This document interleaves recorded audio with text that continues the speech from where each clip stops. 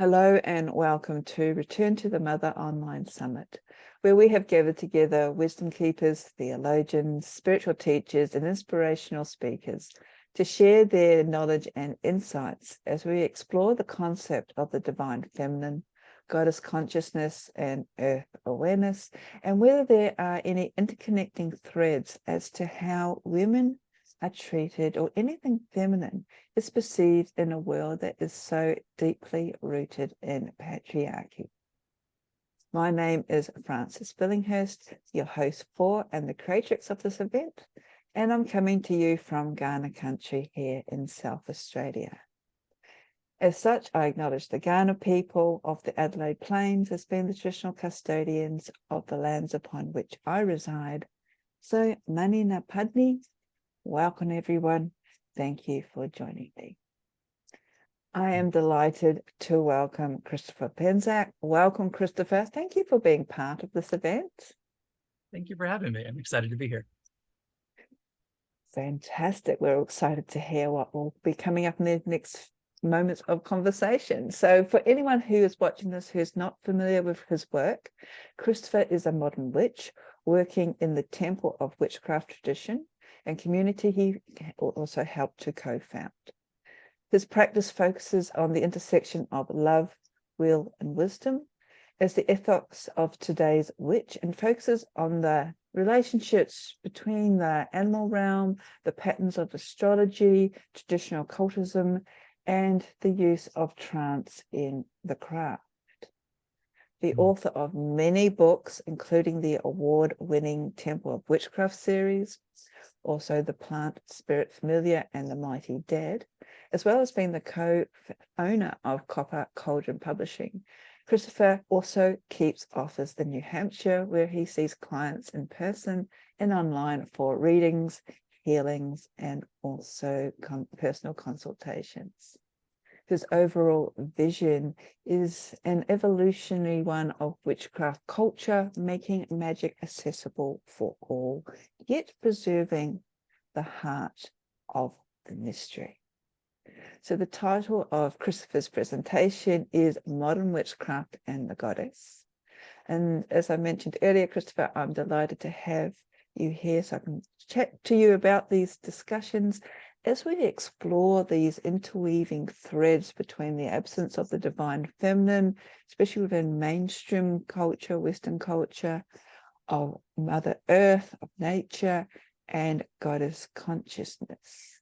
But before we dive into your topic, I just thought it'd be wonderful to ask you if you could share something about your own personal journey into witchcraft and also experiencing the divine feminine, the goddess, especially from a male's perspective.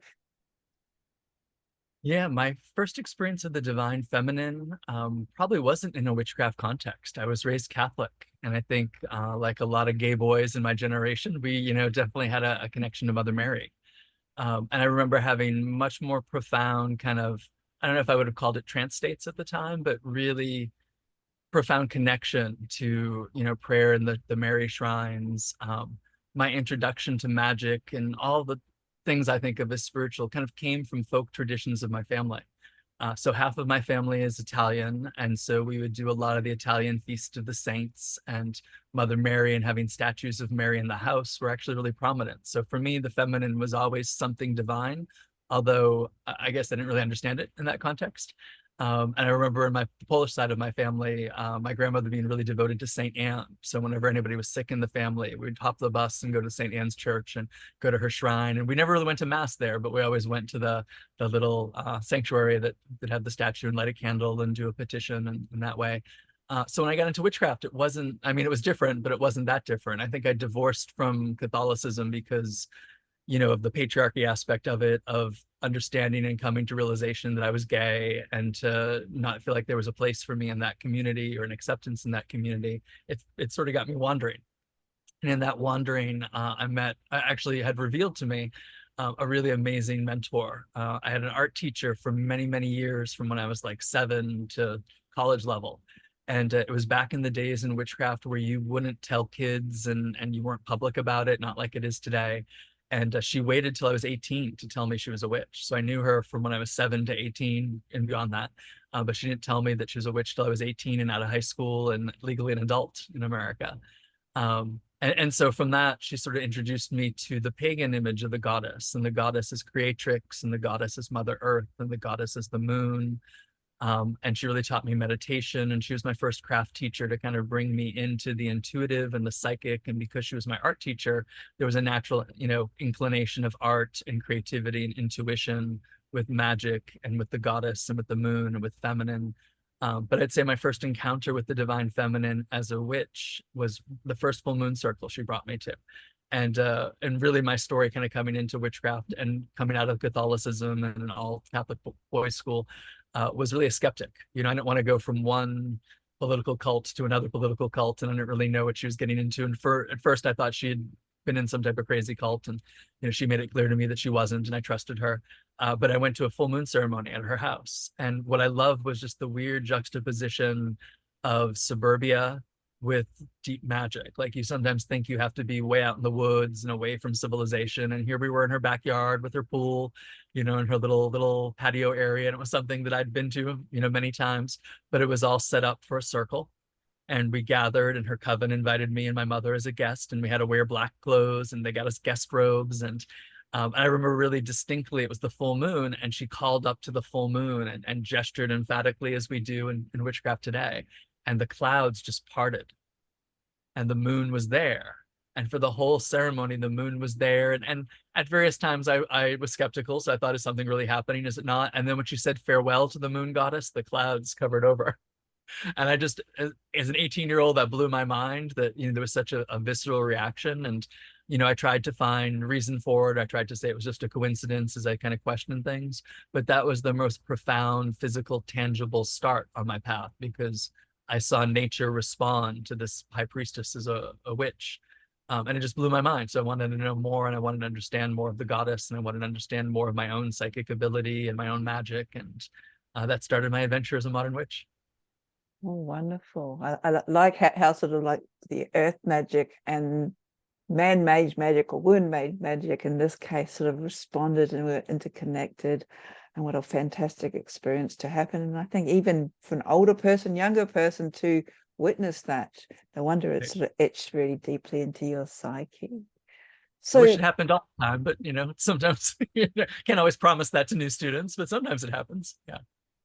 Yeah, so then it sort of shows you that it's more than just sleight of hand as well. So that's fantastic. So I guess when you mentioned that sort of coming from a Catholic background, which you sort of like pushed aside, and you didn't want to sort of step into another sort of dogmatically focused religion, what actually was it? More than just this woman parting the clouds to revealing the mood? What actually sort of draw you into magic and witchcraft from that point? And I suppose what I'm trying to get at is like moving from sort of the dogmatic Christian perception of God Almighty to more religious sort of witchcraft, which almost, I suppose we could say, is Goddess Almighty. How did that resonate with you? I would say it was magical priesthood, which was something I really rebelled against at first. So after that first experience at the full moon ritual, the next kind of pivotal, which I really consider to be an initiation, even though it wasn't a formal ritual initiation, she sent me to her teacher, who was Lori Cabot, who's a very famous witch in America and the official witch of Salem, Massachusetts, and does a lot of activism work. And as part of her training, she teaches you really the first step is about listening to the voice of your soul, listening to your psychic ability, realizing how interconnected we are in a non-linear, non-logical way. So she teaches us how to do psychic travel, which was really profound. But the real kicker for me at that first training was psychic diagnosis. So you'd work with somebody and you'd get their name, age, and location, have no other information, and you'd get into a trance, and you'd call them up on the screen of your mind, and you get all this information that was verifiable description. And the criteria was they had to have some type of illness or injury that was prescribed or diagnosed by a doctor, so it was verified. and you had to key in on where in their body they were sick. Even if you didn't know the name of the illness, you might know what body system or where it was, and you had to do it 3 times in a row. And I had such a profound experience with that. And I won't say all my doubts went away, but I thought when I first heard that we're going to do this, I thought nobody can do that. And then I saw Lori Cabot do it, and I was like, okay, well, she can do that, but she's special. And her whole point was, is we're all special. We all have this ability. Some might be better at it than others. But if you train and you practice, anybody can do the basics of this. And I trained and I practiced and I kept an open mind and had this very, very profound experience with it. So I started to understand the interconnection and the intuition and the healing aspect, because also a lot of people who we sent healing to had spontaneous recoveries or improvements in ways that just didn't make sense to my linear mind. So I knew there had to be something else. And then it got to the 2nd degree training, and the 2nd degree training was to become a priest or priestess in the craft. And I was taking training, actually, my whole adventure with this, speaking of divine feminine, and the journey of that was with my mother. So before this all became, she raised me Catholic. And then during the political crises of the Catholic Church and the sexual abuses and things like that, she got disillusioned and disenchanted. But when I got into witchcraft, I didn't know it till many years later. She thought that I was joining some type of cult, just as I did initially, but she decided to tag along to rescue me. And she decided to give up Catholicism to become a witch herself. So we studied side by side in my first coven. It was her and I was in the coven learning together. And when it was time for the 2nd degree training, I was going to quit there. I thought, okay, I'm okay as a witch. I'm okay with intuition. I'm okay with healing. I don't know if I want to be a priest, because that was too Catholic to me. And my mother actually took me aside and she goes, no, you've got it all wrong. And I was like, well, how do I have it all wrong? She goes, you get to be your own priest. She's like, we don't have to go to a priest, and you might not necessarily be somebody that people will go to unless you go on for further training. But at this level, you get to be your own priest. And the reason why she gave up Catholicism was she got to hold essentially mass in her kitchen or in her backyard. Animals and plants and food were sacred. She got to decide when and where she needed to, and she really encouraged that of me. So the idea that you could be your own priesthood, you could conduct your own ceremonies, you didn't need an intermediary, kind of breaking that structure of dogma, breaking that structure of the patriarchy of having to go through somebody else to experience the divine, to experience goddess and God. Just really kind of shattered. And it really blew my mind when she said that. I was like, okay, yeah, I do. I want to be a priest. And so we continued that training and learned how to do the ceremonies, and learned about a little bit more deeply about magic and spellcraft and the Sabbats and the moons and all that good stuff where we hold ceremony. So that's really kind of what blew me away, was the idea of being your own priest and having the authority and the power that was inherently yours, not something you had to go to somebody else to. Yes, and as you mentioned, it's sort of moving from that linear masculine or patriarchal concept to a more sort of feminine cyclic Right. or matriarchal concept as well, and pushing the boundaries, I guess, of language, or how we sort of box ourselves in with the use of words, and sort of opening ourselves up to a wider possibility of what these words could actually imply, or even coming back to the true root of what these words originally meant. As you said, being a priest or priestess, being in control of your own connection and interpretation of the divine, the other, whether it's God, goddess, or even our internal selves, our souls, our higher consciousness, or whatever, Mother Earth even. Yeah, So, even the word religion, I was taught witchcraft is a science, and art, and a religion. And for the longest time, I really fought against the word religion. And then I ended up founding a nonprofit in America that's considered to be a church, it's considered to be a religion. And the important part for me was to realize it conferred to our members legal protection, because religion means something in a legal sense. But I still sort of fought it, and then, really getting into the definition of religion as something that connects you, something that links you, something that is a bridge. There's a difference between religion in the broadest sense and dogmatic religion and prophetic religion and institutional religion, where there's somebody who has to be the gateway to your experience of it. So that helped broaden my opinion on the word religion even. So I still fight it some days, but I've learned to embrace it just to be able to help people legally who might be persecuted.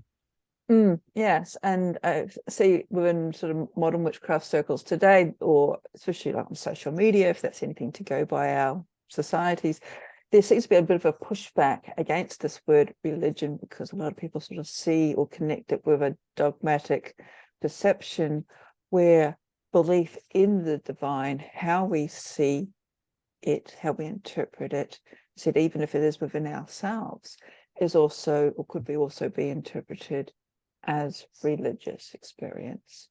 And as you said, there's also a broader connection to it when it comes to like non-profit and also basic human rights in our society as well. So if we're moving back to the goddess, how do you view the goddess within witchcraft, considering, which I just mentioned, that there is a bit of a sort of pushback against anything religious within witchcraft circles? Is she an archetype? Is she an actual being? Is she just stories? How do you see her presence, the presence of the divine feminine? I would say to all of that, yes. But in the sense that I think the goddess and I think all the gods and all the spirits are a mystery.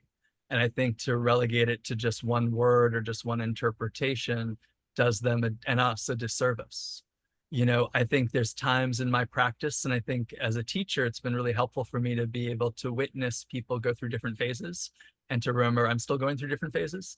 But this idea, some people need to start and think, oh, this is very archetypal, and this is very more psychological or inner world experience. And then other people come to it and they're like, no, I really need this image of divinity, whether it be goddess or god or both, as outside of myself. And I think the paradox of the mysteries is everything is inside you and everything is outside of you simultaneously. But I do believe in, so I guess, I don't know if I would consider this a complex theology, but I believe that there's a great creatrix. And I think one of the words I use for the creatrix is goddess. I think within that goddess, within that divine spirit, there's a polarity of what we as humans might experience or incorporate as gender. So I perceive it through the training I've had as goddess and god. And they're constantly in a state of separation and union. And through that separation and union, different other phenomenon gets generated, including us. I believe we have that same separation and union within us. I think a lot of my occultism is very alchemical. So I think of dissolve and coagulate, lots of things coming apart and coming back together. And I think, so I have from a prime creator goddess that is all things, both material and immaterial, who's panentheistic, someone who's within the psychic levels and also within the body of the earth, but she's also in the body of the entire universe. So it depends on what level I'm working. There's times when I think of goddess as the land I'm on. And then there's times I think of goddess as the entire planetary being. And there's times I think of goddess as the moon goddess, literally the moon as she gets full over my head. And there's times I think of her as the star goddess, as all of the cosmos and all of the universe beyond what I can imagine. I think of the goddess that manifests through me, through concepts like wisdom and compassion and love. I think of the goddess that manifests through other people, and I can see the goddess's face and the god's face in other people, and that dissolve and coagulating, coming together. So yeah, I have a very shape-shifty kind of view of the divine and how everything kind of comes together and comes apart. And I think new goddesses and new forms and new deities are kind of always coming about, new ways to look at them, because I think it's important to look at the past. I think there's great wisdom in the past, but at the same time, I think I'm not living in 4 BC Greece. I'm not living in an ancient Celtic tribe. I respect the wisdom of those times, and I think there's a lot to learn, but also who are the gods of our time? And how are they manifesting to speak to us? And I think as consciousness changes in the collective of humanity, we also have to tell new stories. And I think we're at a phase right now, we're really focused on old stories. And I think that's great because they form a bedrock. But I think the next phase will be, what are the new forms? What are the new stories? What are the new ways? Yes. And I do like what you were just saying, like, it's almost, again, part of the feminine aspect is the interweaving, the flowing, the shape-shifting, the changing. She cannot be contained. It's almost like the flowing water that, in order for it to sort of take shape, I guess, we have to put it into little bottles, whether these bottles are named after gods and goddesses that have come down to us through our ancestors or through our mythology books, or whether we see her in the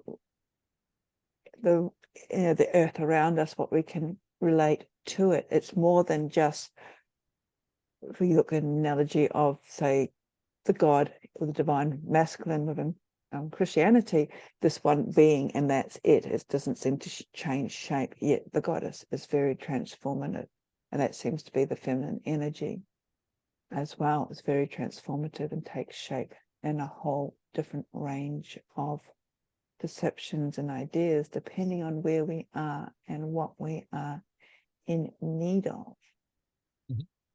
I would agree. Absolutely. So I know within your own temple and within your own tradition, the Temple of Witchcraft tradition, you have co-founded this concept of the 9 mothers. So are you able to sort of expand a little bit more about who these 9 mothers are, or what these 9 mothers are, and even maybe exploring how anybody else can sort of tap into them? Sure, absolutely.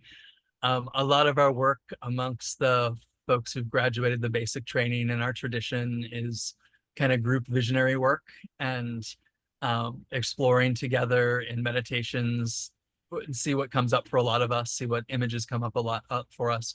And in that kind of training and that exploration, we started working a lot with the Neolithic Stone Age images of goddess.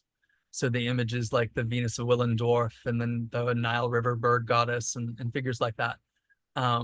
And started working with them archetypally, and the images and the stories that were kind of coming out to kind of look at a primal mother.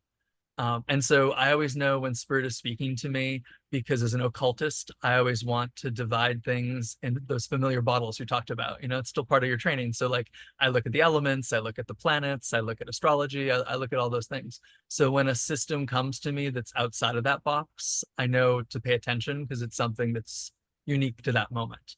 And so through those vision workings and through some of our deeper teachings, this idea of 9 mothers based on some of the Stone Age art, and this idea that they were hearkening back to before all the goddess names that we have. So we're just kind of calling them Venuses, or, you know, Neolithic goddesses, but this idea that they kind of speak to our occult understanding. So there are 3 sets of 3.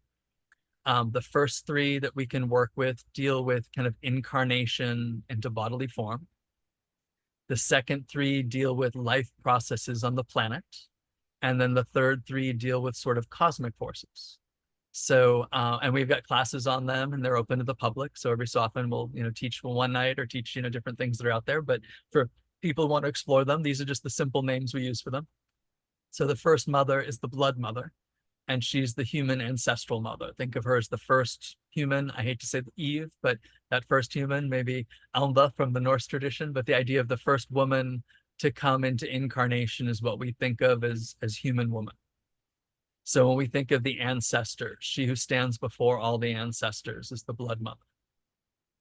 Then we have the bear mother, and the bear mother is the mistress of animals. So a lot of the goddesses that we see as the lady of the wild beasts, you know, some of the primal huntress Diana kind of figures might, and some of the ways we describe the mothers, which people love or people hate because it gives us familiar touchstones. I don't say any of these mothers are other goddesses, but I'd say these mothers touch upon the stories of other goddesses we might be familiar with. So like a lot of the most primal lady of the beasts, lady of the wild things, you know, is very much the bear mother, or the animal mother. She deals with creatures coming into incarnation that are in flesh and blood, particularly mammals. Then we have the bird mother, and the bird mother deals with both birds and reptiles and getting into cold-blooded.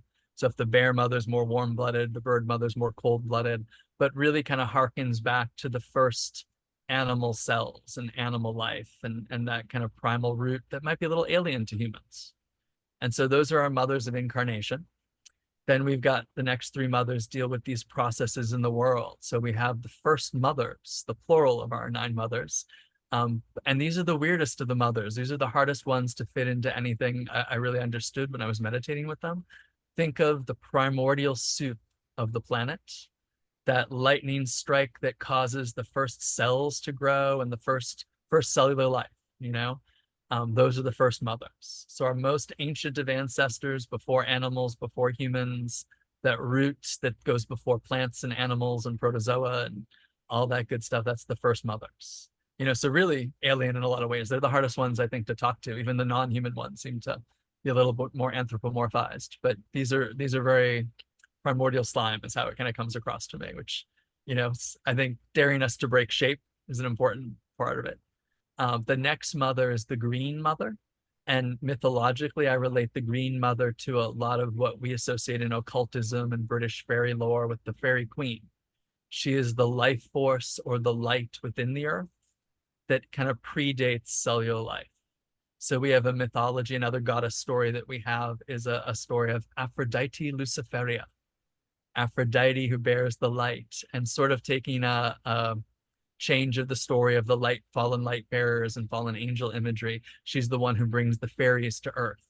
So in many ways, the green mother is an expression of Aphrodite Luciferia, the green light or the star within the earth. Then we have the deep mother. And the deep mother, I was just teaching about her the other night, but the deep mother is about change. She's the alchemical movement within the earth. So she's literally like volcanoes and magma moving and the spinning of the earth's core and all that kind of movement. But she's also ley lines, and she's also the light that wells up in sacred spaces and connects the intricate web of life force that goes between sacred sites.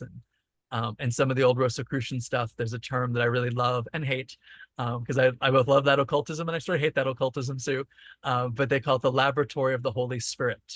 And so that kind of pumping Holy Spirit life force, the soul of the world, that's kind of moving from space to space, like alchemical mercury, but also alchemical sulfur, that just kind of force of change that's never at rest. So she's like a process of the planet. And then the last three are a little bit more familiar to people. So we've got the stone mother, who really is Mother Earth, the planetary being, what we think of as Gaia as a whole. And then we have the sea mother, who's also the moon mother, the tides, both physical tides and astral tides. And then the last of our mothers is the star mother, the whole cosmos, the whole universe, seen and unseen, the blackness of space speckled with stars. So depending on what octave we're working on, I use a lot of musical analogies when I teach. So if you want something that's closer to flesh and blood, we work with the first three. If you're looking for more of the cosmic mysteries, it's the last three, or the process that links the two of them is the middle three. Oh, wow. Wow. That's rather mind-blowing and fantastic at the same time. How I know myself, I like going back to the ancient, you call them the stone mothers, going right back to our primordial ancestors, to those very first images of the divine feminine, how she came into our conscious awareness, but then is kind of carried all the way through different cultures and is still here represented around us, within us. And it's almost like the 9 mothers that you're talking about is connecting yourself, your temple, your students, deeper and deeper back to not only the earth, but the processes, how our planet, how our solar system either came into being through the Big Bang or the Big Breath, whatever I want to describe it. Yeah, and we're trying to pioneer together, because we are an occult tradition, like what offerings would they want? Well, I don't know. So let's ask them, or what would be the best incenses and oils to attune to them, or what are the rituals that they want? So we're sort of slowly working a body of lore that seems to work for people, and realizing, because it's new, then your experience might be different than mine, so you can change it. And the thing I'm really the most proud of, or one of the things I'm very proud of at the moment, so we have land here at the temple. We've bought a property of 5 acres, and I'm studying with some wonderful teachers from France that talk about sacred geometry and building sacred sites. So we've built in a very primitive way with wooden posts. So when I sometimes say this, people think it's big stone blocks. It's not quite there, but maybe someday. But it's with wooden posts, a whole temple to the 9 mothers. So as you go through in wooden posts, there's a courtyard, and there's special proportions to the rectangle of the courtyard. And as you go through, there's like a quote hallway, and there's little naves to each side, little sanctuaries to 8 of the mothers. And then dead center in the area will be to the Earth Mother. because we're trying to, focus on shrines of the most universal. So most people tend to think of the Earth Mother, so that stone mother is at the center. And we've dowsed for places that have energies that are appropriate for this, and we've worked the geometries and the proportions of the poles to, evoke particular energies for these 9 mothers. And so now that we have the posts in, I'm hoping to kind of put stones around the little areas and get little gardens going and have it be a place where people can go to attune and to do ceremony and to do prayer, but particularly to feel the energy of the earth, because we're really trying to evoke those 9 powers in a physical place and have a place of sanctuary.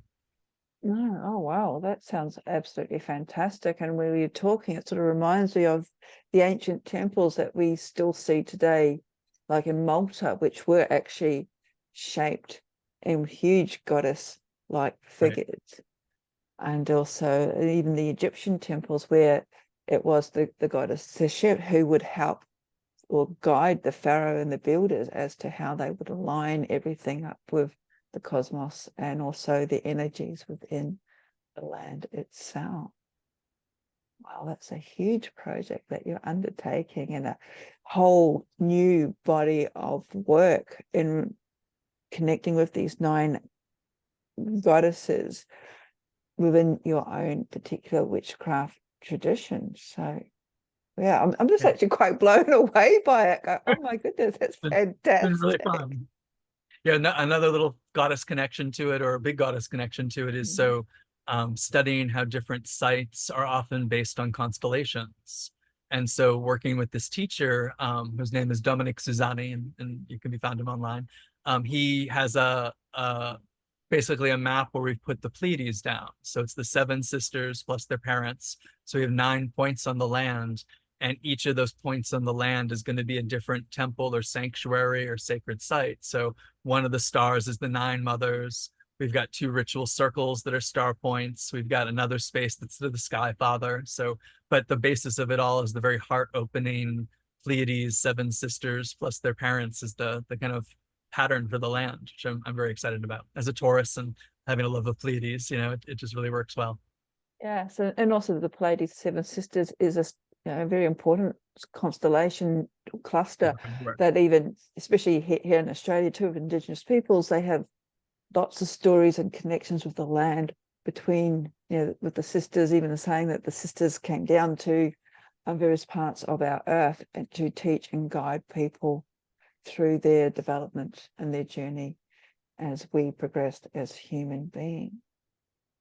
So all that is fantastic and wonderful. So it's quite an awe-inspiring as to what you're putting out there in the world, and much needed in our, as I said at the beginning, as society that we live in that's very heavily patriarchy, and what we're seeing is the rise of a very toxic stream of patriarchy.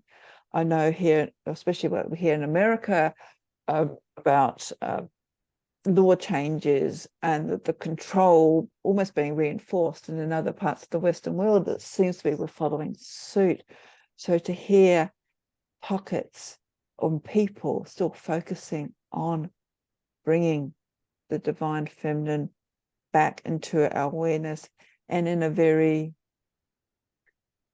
healthy or the way that it's meant to be is very, so it gives us hope that as a species we haven't tipped the scales too much in that direction of toxic patriarchy. So I guess we are wanting to go with that thought that's going through my head like a runaway train, is to, how would you, in just going back to some of in the witchcraft circles where there is this sort of rebellion against anything sort of perceived as religious or connection with the divine feminine, how do you sort of would get your word out, bring those people who are sort of hurting due to probably more toxic experiences with religious groups, show them the light, or the it's probably not the most appropriate term, but get them into to experience what it's like to be working with this concept of the mother? How do you bring them home to the earth, to themselves? I start with magic. because I think magic always speaks to people's needs. And in our particular community, and we're particularly structured and organized to get a lot of this done, which some people love and some people hate. And it's across the bear, I hate to say that, but the idea that, there's a lot of different avenues in which people can participate to the level they feel comfortable. So I travel a lot, across the country and sometimes the world, doing different workshops, particularly on magic. Some of it is operative magic. Some of it is things like protection and love and prosperity. A lot of it's about spirit contact, because that's where my heart's at, whether it's the gods or ancestors or, plant spirits or things like that. But trying to give people real experiences with magic, I think, opens the door. My first experience was that psychic healing case, or even just the moon kind of coming out of the clouds. That experience of, participating in living magic was pivotal for me. So we have a lot of things that are just open to the public. If you want to come to a moon ceremony, we've got moon ceremonies that are open to the public. We've got Sabbats that are open to the public. We've got one-night classes that are open to the public. We've got lots of events over the course, even online now, that are free, that people can kind of come to, or low cost of things for people to come to, or scholarships. At the same time, then we've got more advanced things. So, we've got longer classes, we've got longer trainings, we've got trainings to become an initiate, we've got trainings to become a minister, and all sorts of different ways so people can participate to the level they feel comfortable. Even recently, we changed, because our initiate school is very structured. So there's homework every month if you want to go through it, because you might eventually become a minister. So we need to kind of know where you're at. But a lot of people don't resonate with that. And I totally understand. And if I had to do that at my age right now, I probably wouldn't either. So we've got to know a whole other stream of training that is a go at your own pace, do as you will, hear the teachings, use them, and participate in the community as you will. I will say the difficulties of the great pause and what was going on in the world at that time and everything, forcing everything to go online, was beautiful and terrible. I like being in person. I like to dance. I like to sing. I like to do all this stuff viscerally. But it really activated a lot of our distant students in communities. So we still hold rituals and meditation groups and things like that online. And it's been a great entry point for people who might be afraid to show up. And I also think being super visible, like, we are the Temple of Witchcraft. You can go on your Google Maps and you're going to see us on the map as Temple of Witchcraft. I live here, for better or worse. It's a little weird to be that public and be that out, but people can come, and people randomly knock on the door at various times. We're only really open for events, but people will show up and say, hey, I've got a problem. Can the witches help me? And sometimes we can, sometimes we can't, but being available as witch in community, I think, starts opening people up to the greater ideas. So I've even had some of my neighbors, so when we opened up, you have to go in front of the town to propose your plan and, anything that's going on with the building and everything. And it was a great controversy. This was a good 12, 13, 14 years ago, I guess. And one of our neighbors spoke out, a lot of our neighbors spoke out against us. We don't want the witches living here. We don't want them to set up a church. And a couple of years later, one of my neighbors kind of came over and had at the time, we had a big triple spiral in the front yard, and something happened in the neighborhood and we're all talking about it. And she comes over, she's like, that's a goddess symbol, right? And I was like, yeah, it is. And she goes, I am so sorry I spoke out against you at that meeting. She goes, I was just afraid because I didn't know.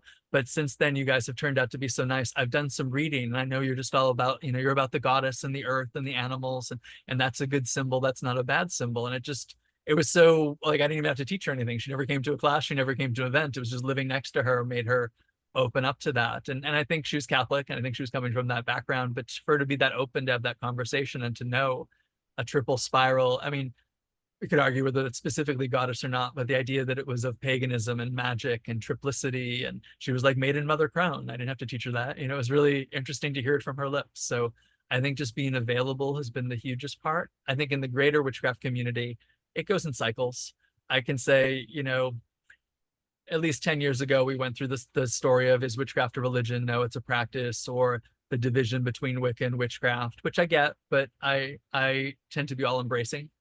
I've had some of my teachers call what we do Wicca, and others say because it's not initiatory British, it's not Wicca. But I don't shy away from a word. If someone asks me if I'm Wiccan, I'll be like, oh, something like that, and we can start a conversation about it. But I think just being available and observing the trends. So wait a couple of years and we won't be talking about religion. We'll be talking about something else. So who knows? Yes, But it goes It comes back, as you say, it comes back to language and how we interpret language, and if we are more open and more accepting, and I suppose just not boxing ourselves into definitions, and because it's all of these things as well, and the core essence of it is getting back to the earth being kind and helpful and good, which I guess is the essence of majority of spiritual practices, regardless of what box we want to put them into. So unfortunately, Christopher, time is getting away with us, and I did want to mention your books because you are a very prolific writer with over 20 books, and these books have not only just been on witchcraft, they've been on spirituality, healing, magic. You've had the award-winning Temple of Witchcraft series, and I think the very first, the Inner Temple, was published over 22 years ago now, so it's a major achievement. 22 years ago now, yeah. What I would like to ask you, and I don't know if you can answer that out of all your books, do you have a favorite, and if so, why? Right now, I would probably say it's The Mighty Dead, just one of the more recent ones. It's a book on the magical ancestors. So it really focuses on the idea of, in other traditions, we might say in Catholicism, the saints, or we might talk about the bodhisattvas in Buddhism. The mighty dead are that kind of concept in the witchcraft traditions. And so it gets a lot into the concept of the soul and the ancestors, and what's the point of what we're doing, trying to craft our vessel of consciousness to kind of move to the next level of awareness. So that's probably my favorite. And I particularly like it because since I've moved to doing things with Copper Cauldron, I've had a lot more freedom in the art, and I've had a lot more freedom in the poetry, and I can make the books a little bit more like artistic grimoires, where before a lot of mainstream publishers, and I'm very grateful to my time with mainstream publishers, but are looking more for a self-help book. So one of the things I love in general about my Copper Cauldron books is that they tend to express more of the magic and the ritual creatively. So I love a lot of the poetry. I use a lot of it still in ceremony in The Mighty Dead. So there's a lot of little rhyming quartets that work out that well. Oh, that's wonderful. And I know you're very busy doing your construction for the temple for the Nine Mothers. I don't suppose you have a book in the pipeline that you're working on that. So that's a great question. Eventually, I haven't started writing it yet. Right now, we're doing a year-long class. So the core group of people who pioneered the Nine Mother stuff, they're my co-teachers. So we're doing this whole 12-month class, and we're in month 8 right now. So once the whole class is over, I'm probably going to compile all our notes and start working on a book. Well, that's something to definitely look forward to. And to find out more about Christopher, the Temple of Witchcraft, even the Temple of the Nine Mothers, scroll down below this video because there'll be the links to not only Christopher's own website, but also to the Temple of Witchcraft and Copper Cauldron Publishing as well. So you can get all of his books and find out more about the events that you can attend both in person and online. So Christopher, it has been an absolute pleasure speaking with you today. Thank you very much for sharing your wisdom and knowledge with us. Thank you so much for having me. This has been a lot of fun. You're more than welcome. And for everyone who's watching this, Natalia, thank you very much for joining in with this discussion that I've been having with Christopher Penczak. And I hope you have enjoyed it as much as I have. And I look forward to seeing you again soon. Blessings.